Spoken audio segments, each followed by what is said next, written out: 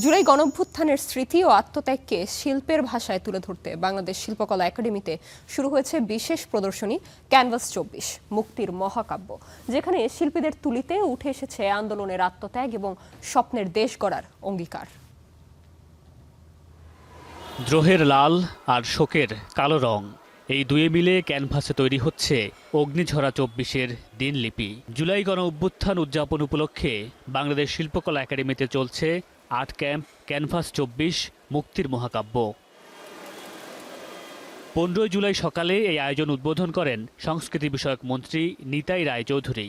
এরপর তিনি ঘুরে ঘুরে চিত্রকর্ম নিয়ে কথা বলেন শিল্পীদের সঙ্গে। অনুষ্ঠানে আগত অতিথিরা বলেন, কি দুর্বিষহ অধ্যায় পার করে জুলাই এসেছে তা যেন জাতি ভুলে না যায়, সেজন্য দায়িত্ব পালন করতে হবে শিল্পীদের। এই ইতিহাস আমাদের ভুলে যাওয়া উচিত হবে না, এবং যারা এই ঘটনা ঘটিয়েছে তারা চিরদিন যাতে মানুষের মনে থাকে এই বাঙালি জাতির অগ্রগতির স্বার্থে, সেটাও যেমন আমাদের দায়িত্ব আছে যে আমাদের সেটাকে আমাদের টিকে রাখা এবং জাগরুক রাখা। এই জুলাইকে কেন্দ্র করে নানা দিক আছে, এর মধ্যে ঘটনা আছে, এর মধ্যে স্পিরিট আছে, এবং নানাভাবে আমরা এটাকে রিপ্রেজেন্ট করতে চাই। যত রকম আর্ট ফর্ম আছে সেগুলোর মাধ্যমে আমরা জুলাইকে ধারণ করতে চাই, জুলাইকে ছড়িয়ে দিতে চাই, জুলাইকে জাগিয়ে রাখতে চাই।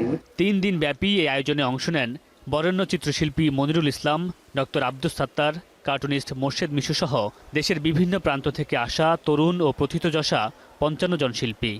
অনেক সময় কিন্তু আমরা ইরেজ হয়ে যায় অনেক মেমোরি, কিন্তু ওইটা আমাদের দরকার একান্ত, যে ওই দিনটার ওই যে পলিটিক্যাল যে প্রভাব কিভাবে একটা দেশকে পঙ্গু করে দিতে পারে।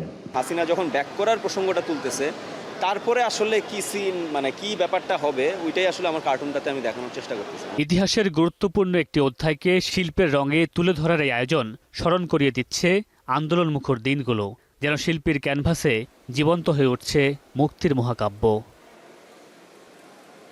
মামুনুর রশিদ পনেল, স্টার এন্টারটেইনমেন্ট।